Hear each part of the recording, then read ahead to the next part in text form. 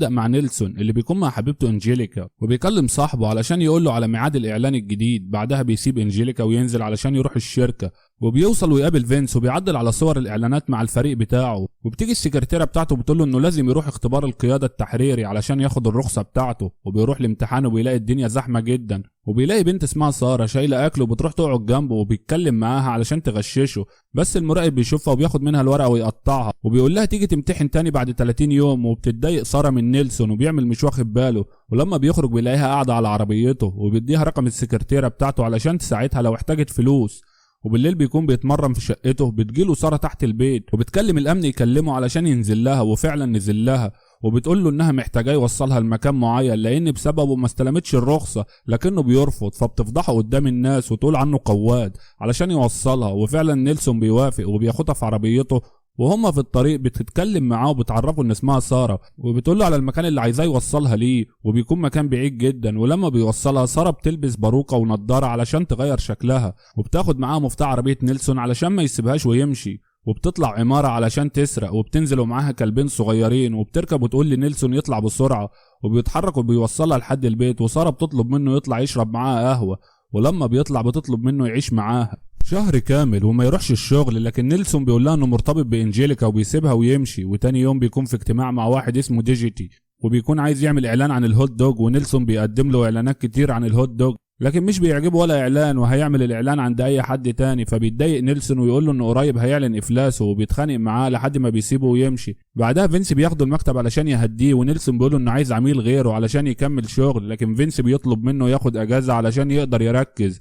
ونيلسون بيرفض الاجازة. علشان كده فينس بيفصله من الشغل. ولما بيرجع البيت بيلاقي انجيليكا مجهزة شنطتها علشان تسيب له البيت وتمشي. وبيفضل نيلسون قاعد لوحده وبيشوف الجوائز اللي اخدها، فبيقوم يكسرها بايده وايده بتتعور. في الوقت ده سارة بتبعت له هدية، ولما بيخرج بيلاقي صندوق مكتوب عليه نوفمبر، وبيلاقي كلب صغير ومعاه مفتاح علشان يروح يعيش معاها. فبيروح لها علشان يرجع لها الكلب والمفتاح بتاعها. فبتقول له انهم هيعيشوا مع بعض شهر نوفمبر. فبيقول لها ان صاحبته سابته وكمان اترفد من شغله، فبيصعب عليها وبتتحايل عليه علشان يقعد معاها. فبيقرر نيلسون انه يقضي معاها الليلة دي بس. بعدها سارة بتقلعه القميص علشان تغسله، ونيلسون بيخرج من الحمام وبيحاول يقرب لها، لكن سارة بتمنعه. فبياخد القميص بتاعه وبينزل، لكن سارة بتنزل وراه وبتقول له انها بتحاول تساعده مش بتلعب بيه.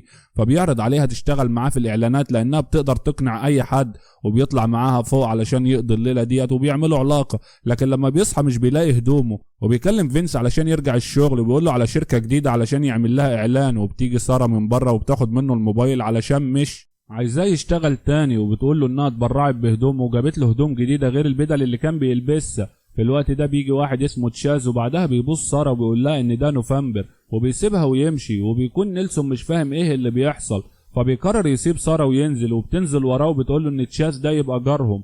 وهو في الشارع كل اللي بيشوفه بيقول له نوفمبر. ونيلسون بيمشي وساره بتوقفه وبتقول له ان ما عندوش شغل وهي عايزاه يقضي معاها الشهر ده. بس نيلسون مش بيكون فاهم حاجه، وبيقول لها انه هيقضي معاها كمان يوم علشان ما تزعلش منه. وبيروح معاها وهي بتخرج الكلاب على الشط علشان يلعبوا، وهي كمان بتلعب معاهم. ونيلسون بيكون واقف بيتفرج عليها. بعدها بتسأله عن اخر مرة خرج يوم كامل امتى. بيقول لها لما كان عنده 9 سنين، لكن لما كبر الشغل بقى واخد كل وقته. وبيرجعوا البيت وبيلعبوا مع بعض لعبة الاستغماية. وبالليل بيكون نيلسون عايز يمشي، وسارة بتقوله ان كل شهر بيكون في شخص تعبان في حياته وبيجي يقضي معاها الشهر ده علشان حياته تتظبط. دي لو نزلت مصر هيبقى كل دقيقة معاها شخص. المهم بيقول لها انه هيرجع بيته، ولما بيرجع بيحس بالملل وهو لوحده. فبياخد شنطته وبيروح لها لانه باين عليه حبها. وتاني يوم بيروحوا علشان يتفرجوا على مسابقة للاطفال. ولما بيوصلوا نيلسون بيشوف الطفل أبلر معاه سفينة صغيرة اللي هيدخل بيها السباق مع اصحابه، وبيقفوا يتكلموا معاه. بعدها فينس بيكلم نيلسون وبيقول له انه في اجتماع يوم 17 علشان يعمل اعلان، وبيقول له انه شكله اتعرف على بنت جديدة علشان كده مش بيتصل بيه ولا بيطلب يرجع الشغل. بعدها أبلر واصحابه بيبدأوا السباق، واصحابه بيتريقوا عليه علشان السفينة بتاعته صغيرة، وسارة بتكون بتشجعه ونيلسون بيشوفها. وبتكون سفينة أبلر هي الأخيرة، وبيروح لواحد معاه غواصة صغيرة وبيديله $100 علشان يساعد أبلر يكسب. وبينزل الغواصة المية وبيكسر كل السفن التانية، وبيفوز أبلر بالسباق وبيفرح جدا. وسارة بتفرح جدا باللي عمله نيلسون. بعدها بيروح أبلر البيت، وتاني يوم بيروحوا مطعم دان، وبيقول لهم ان في حفلة عنده بالليل وعايزهم يحضروها. وبالليل بيلبسوا علشان يروحوا حفلة تشاز. ولما بيوصلوا نيلسون بيشوف واحدة واقفة مدياله ظهرها، ولما بتلف بيلاقيه تشاز وبيعرف انه بيحب يلبس ملابس حريمي في حفلاته. ونيلسون بيشغل التلفزيون بيلاقي الاعلان بتاعه شغال، وبيجي تشاز وبيقول له ان الاعلان ده فيه غلطة وانه واخد جايزة عليه. فبيستغرب نيلسون وبيقول له عرفت منين؟ بيقول له ان هو كمان شغال في مجال الاعلانات. بعدها حد بيرن على تليفون تشاز، وسارة بترد وبتطلع بنت هي اللي بتتكلم. وسارة بتتضايق جدا منها وبتقوم تتخانق مع تشاز وتقول له انا طلبت منك ما تكلمش البنت دي تاني، لكن بتلاحظ وجود نيلسون فبتسكت وتطلع شقتها.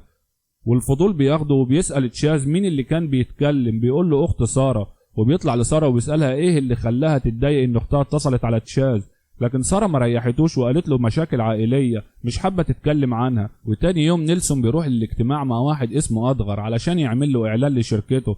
وسارة بتكون مع تشاز وبتقول له انها متضايقة انها سابت نيلسون يروح الاجتماع وانه كده هيرجع شغله ويسيبها. وبنرجع لنيلسون اللي بيلاحظ ان أدغر اسلوبه مش كويس، حتى لما البنت جابت المية ووقعتها هزقها وقال لها كلام يضايق، علشان كده عيطت. ونيلسون نصحه انه ما يتعاملش بالطريقة دي مع الناس، وبسبب اللي عمله ده مش هيشتغل معاه. وأدغر بيقدم له عرض مغري علشان يعمل الإعلان، لكنه بيرفض وبيسيبه ويمشي. وفينس بيخرج وراه وبيقول له انه ضيع عليهم اهم اعلان في الشركة وكده هو كمان هينفصل من شغله، وبيحاول يقنعه لكن نيلسون بيسيبه ويمشي. وبيروح لسارة ويديها ورد ويقول لها انه ما قبلش الشغل وهيرجع يقعد معاها.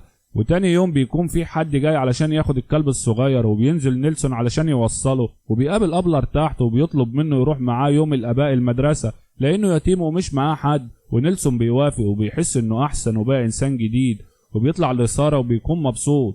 وبنعرف ان سارة عندها مرض مزمن وبتاخد علاج، ولما بتشوف نيلسون بتخبي العلاج. ولما بيسألها عن سبب الدموع بتقوله انها زعلانة علشان الكلب وبتخبي عليه مرضها. ونيلسون بيطلب منها انهم يتجوزوا وبيرمي الفون في المية وبيقول لها انهم هيكملوا حياتهم مع بعض، لكن سارة بترفض وبتقوله انهم ما ينفعش يكملوا. وفجأة بتتعب وبيغمى عليها فبياخدها المستشفى. وهناك تشاز بيقول لنيلسون ان سارة عندها كانسر وبيقول له انها بتعيش مع شخص جديد كل شهر علشان تعيش اللي فاضل من حياتها، وبيكون شهر واحد بس علشان ما يتعلقوش ببعض، وده سبب الخلاف مع اهلها. ونيلسون بيروح علشان يطمن على سارة وبتقول له انها عايزة ترجع البيت وبيشيلها علشان يوديها البيت. وتشاز بيكون جايب معاه شخص تاني علشان يعمل جلسة علاج لسارة، وهي بتطلب من نيلسون ما يكونش واقف علشان ما يشوفهاش في الحالة دي.